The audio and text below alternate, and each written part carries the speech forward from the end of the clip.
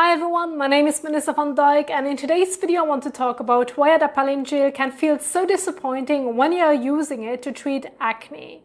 And I think adapalene can feel even more frustrating than a regular skincare product because it is not usually presented as just something for glow, texture or smoother skin. It is specifically recommended for acne. So when you start using adapalene and you go through the dryness, the irritation, the peeling, and maybe even the so-called purging phase, you expect that at some point your acne is finally going to clear. But if you go through all of that and your breakouts still keep coming back, then it can become really confusing because adapalene is supposed to be an acne treatment. So when it does not fully clear your acne, or when the acne comes back once you stop using it, that shows something very important. It may have been managing the acne while you were using it, but it was not necessarily changing why the acne was happening in the first place.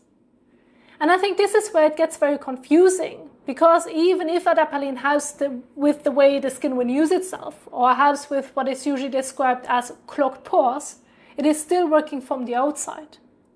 So it may improve part of what is happening on the skin, but it does not necessarily change why your skin keeps becoming acne prone again. That is the part that is not obvious right away. When you're dealing with acne, it is very easy to keep moving from one treatment to the next. You try a cleanser, then maybe salicylic acid, then benzoyl peroxide, then adapalene, and then maybe you start thinking you need something even stronger. And I understand why that happens, because when the acne is on your face, you naturally want something you can apply directly to your skin.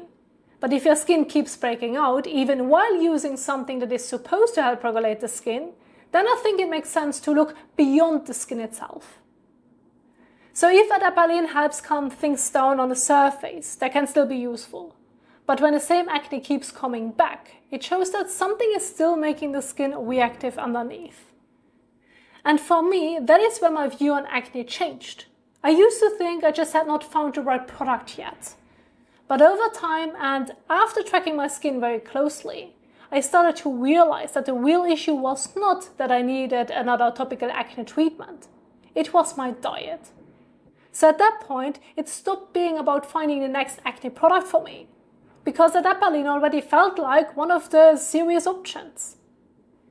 If that still was not changing the cycle, then I had to look somewhere else. And for me, that somewhere else was food. When my meals were built more around processed, high-sodium foods, my skin always became much more reactive. But when I reduced those foods and brought in more simple potassium-rich whole foods, my skin became much calmer. That changed how I looked at adapalene. I stopped seeing it as the thing that was supposed to solve my acne completely and started seeing it more as something that could only work on the skin side of the problem. Because if the reason your breakouts keep coming back is connected to your daily food pattern, then adapalene is not addressing that.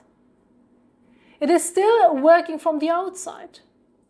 So if adapalene gel did not clear your acne, I would not immediately jump to stronger and stronger treatments. I would first look at what is making the skin reactive before the breakout appears. And that is why adapalene changed the way I thought about acne treatments in general. Because if even a treatment that is specifically recommended for acne was still not changing the cycle for me, then I had to stop looking at acne as something I could solve only by applying more things to my skin. The real shift happened when I changed the part that adapalene could not touch, which was my daily food pattern. Thank you so much for watching, and I will see you in the next one. Bye!